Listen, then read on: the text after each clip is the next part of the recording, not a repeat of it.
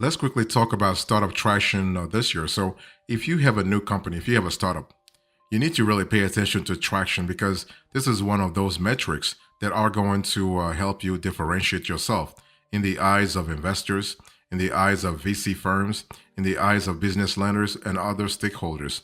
Stakeholders such as incubators, such as accelerators, such as regulators, such as if you have to attract new employees also. Okay, so you have traction plays a quite essential role when it comes to painting a good picture, a positive picture for your business, for your new business from the get-go. So let's define what startup traction really is. So into this conversation, I want to talk to you about everything you need to know about startup traction.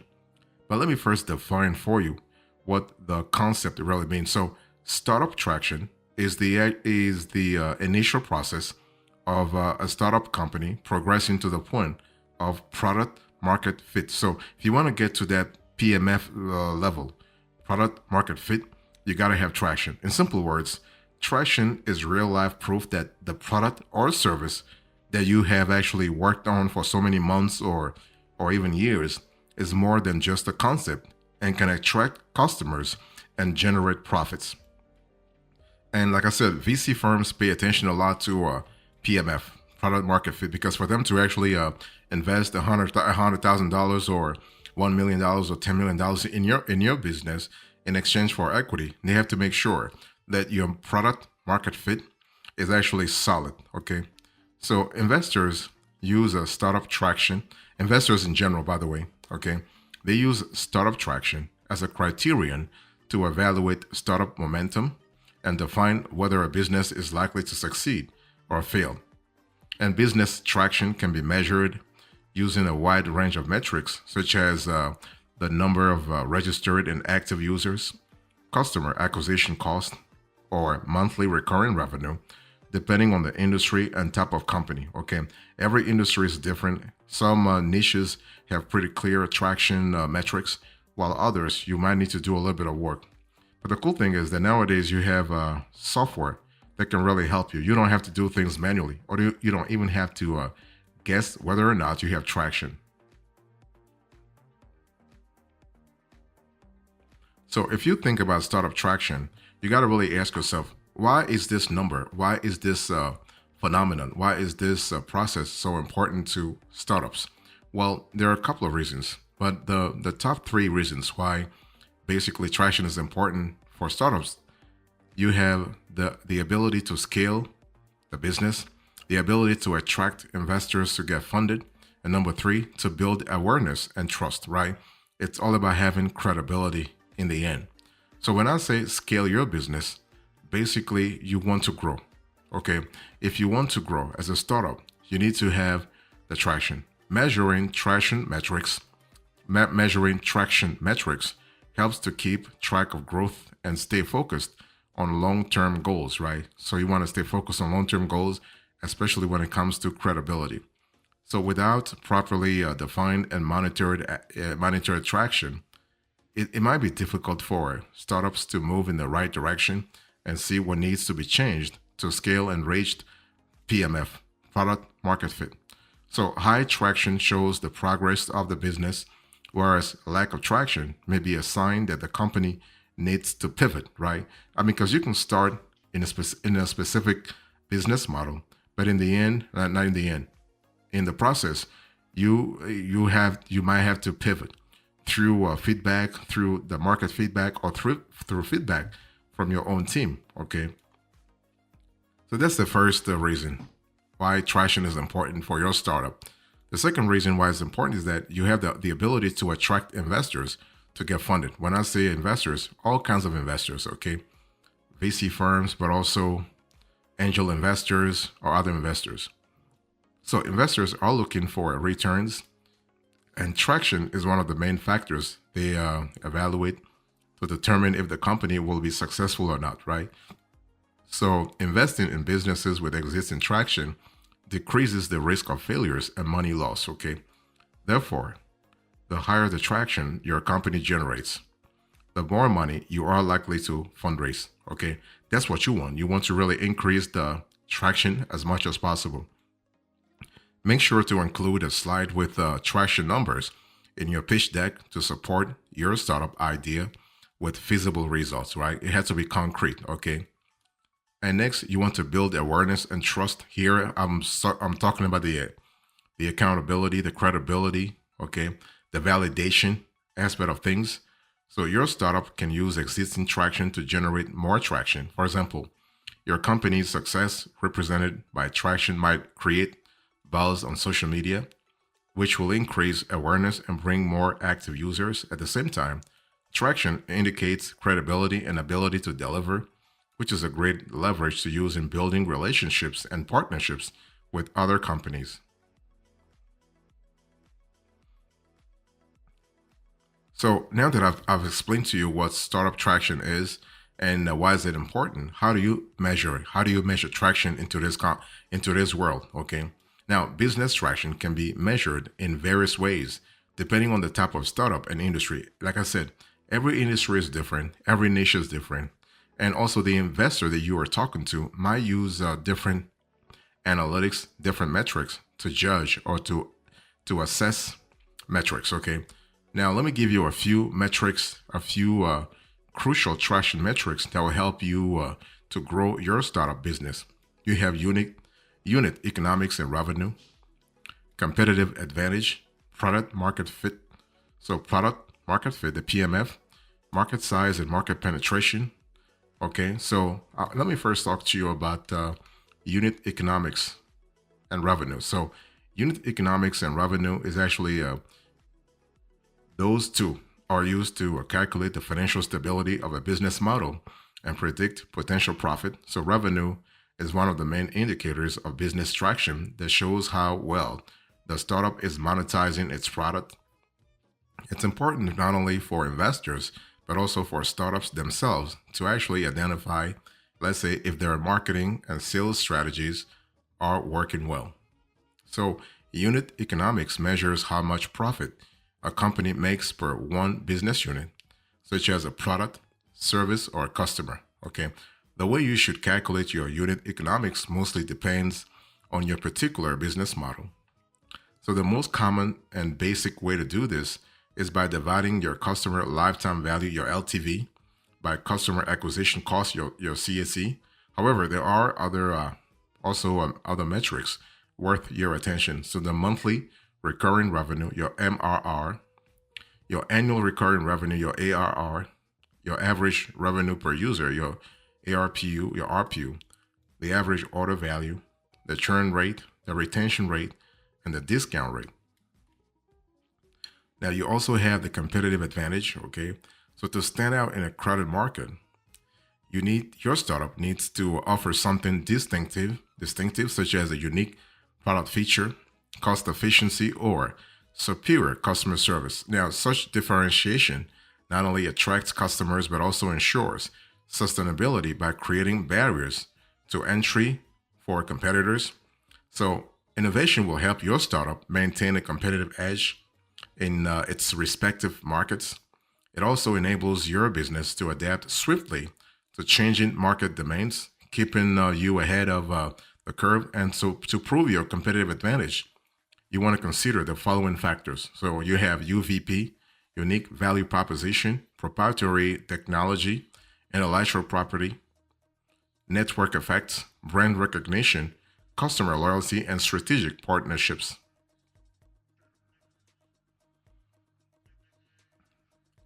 Another metric to actually gauge startup traction is the product market fit, the PMF. Okay.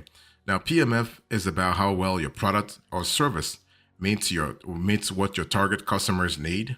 It's a big deal for startups because it decides if people will buy your product and if your business will make money at all. Now, here are the big things you need to really look at when checking out if your product fits the market. So, net promoter score, your NPS, your customer feedback, your engagement metrics, your referral metrics, and your viral coefficient. So, to collect product market fit traction metrics, you can use specialized software for each channel. For example, you can get insights into your social media engagement with an app like Hootsuite, or use tools like Tapform to collect user feedback. You also have a market size and market penetration. So market size and market penetration help your startup assess the potential and scalability of its business. So a larger market size signifies a broader customer base and more opportunities for growth and revenue generation. Simply put, you need to understand the total size of the market, the share you already own, and how much you can still win. Now, investors are more eager to invest in opportunities with bigger market sizes since for them it directly correlates with a higher potential return on investment. So, when assessing the market, you want to pay attention to total addressable market, your TAM, your serviceable addressable market, your SAM, your serviceable obtainable market, your SOM, and the market penetration. So let me quickly talk to you about startup traction as an example, okay? I want to give you a real life example of startup traction. So one thing to remember about traction is that different companies can define their traction differently. So the best way to come up with your traction metrics is to actually think of your startup's key value and the behavior you are trying to change, okay? So a good example of finding the right metrics for showing traction is actually medium, okay? If you think about it, in terms of possibilities, in terms of scalability, and in terms of, I would say, adoption, the adoption rate. So Medium is an open publishing platform, and the company sees its value in offering readers unique content on the topics that matter most to them. So the platform has defined its own key metric to monitor traction, so the total reading time, which is a measurement of how much time people spend reading story pages, okay? So unlike impressions, TTR shows that people not only view the page, but actually take time to read it, okay? So if the total reading time is increasing, it's actually proof, if you think about it, that readers find the content engaging and connect with it emotionally, right? That's what you want. You want to have this sort of emotional appeal to the content, okay? And this measurements correlates with a company's goal, and that's what you want to have consistently, not just one time, okay? Not just randomly. It has to be consistent, and it has to be predictable for you to really say, okay, I have traction. So, how do you gain traction for your startup right now? If your startup is struggling, if you haven't seen the PMF, your product market fit, and you want to really advance, you have to understand that there are ways to actually gain traction for your startup. First, you want to network and team up. You also want to reach potential customers, and you want to examine your customer. I mean, let me explain why you need to examine your customer. You want to learn how your target audience uses your products, right? Because that will tell you a lot about the things you need to refine, the things you need to change, the things that you need to improve on, the new addition that you need to bring to your product portfolio. Research what your audience likes and what they don't, okay? Analyze their pain points and think about how you can ensure customer success. Offer free trials and send free samples to get first-hand experience feedback. Okay, so that's really important.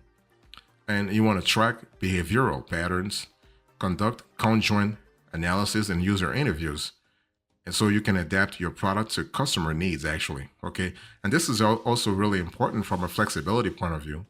So collecting and analyzing user feedback will guide iterative product improvements and enhance overall customer satisfaction. And that's really good from a flexibility point of view.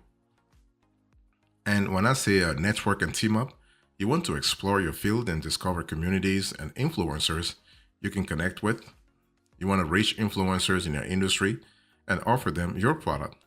So getting social media reviews from popular people in your community can give a quick boost to lure potential customers and gain the needed traction. Now, sometimes influencers want to be paid, but you got to be careful here. If you have a startup, you don't have the budget to actually pay influencers. So you got to find another way to actually incentivize them. So try to team up with well-known brands, since reputable companies have already acquired a pool of active customers who trust the brand. This is your chance to raise interest in your new product or service. Okay. So that's kind of important. So you also want to reach potential customers. So no matter how great your product or service is, if no one has heard of it, no one will buy it. So traction for startups comes along with building brand awareness. This is why startup companies increase their social media and content marketing efforts to reach potential customers. Okay. So get in contact with your target audience via social media, forums, and comment sections of relevant blogs. Okay. You want to share guides, how-to videos, and infographics on social media addressing customers' problems your product is solving. Okay. So if your startup is tight on the budget, you can save up by using modern AI tools, such as an AI writer for blog content or an AI image generator for visuals.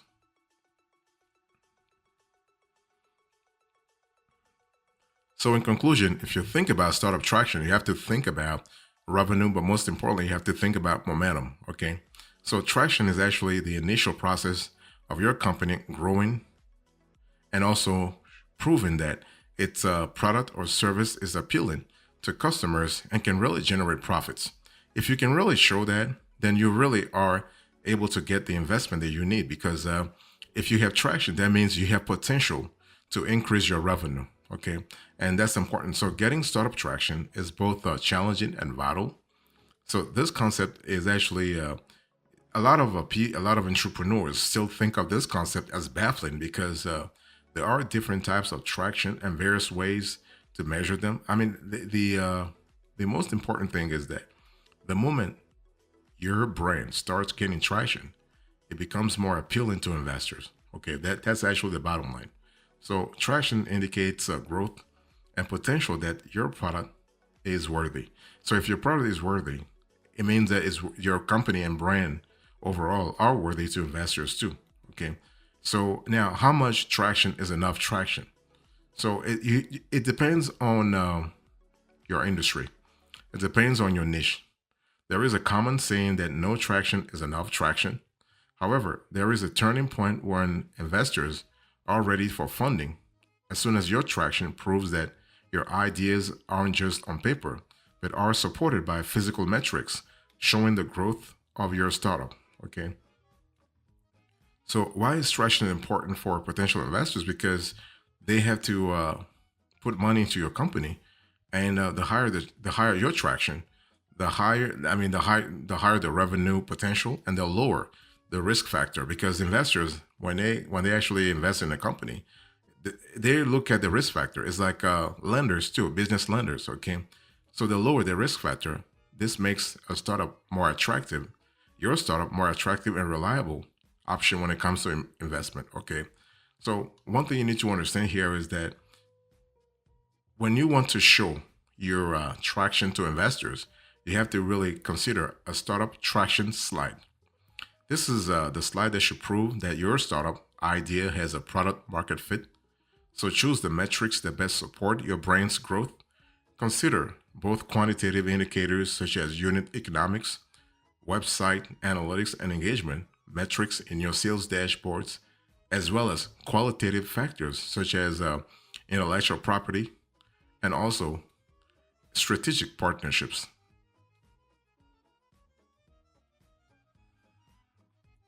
So, as an epilogue into this conversation, I spoke to you about startup traction and I explained why startup traction is important for your startup, how to measure it, and how to gain traction for your startup. Thank you so much. God bless you. I'll see you next time. Until then, remember, stay marvelous.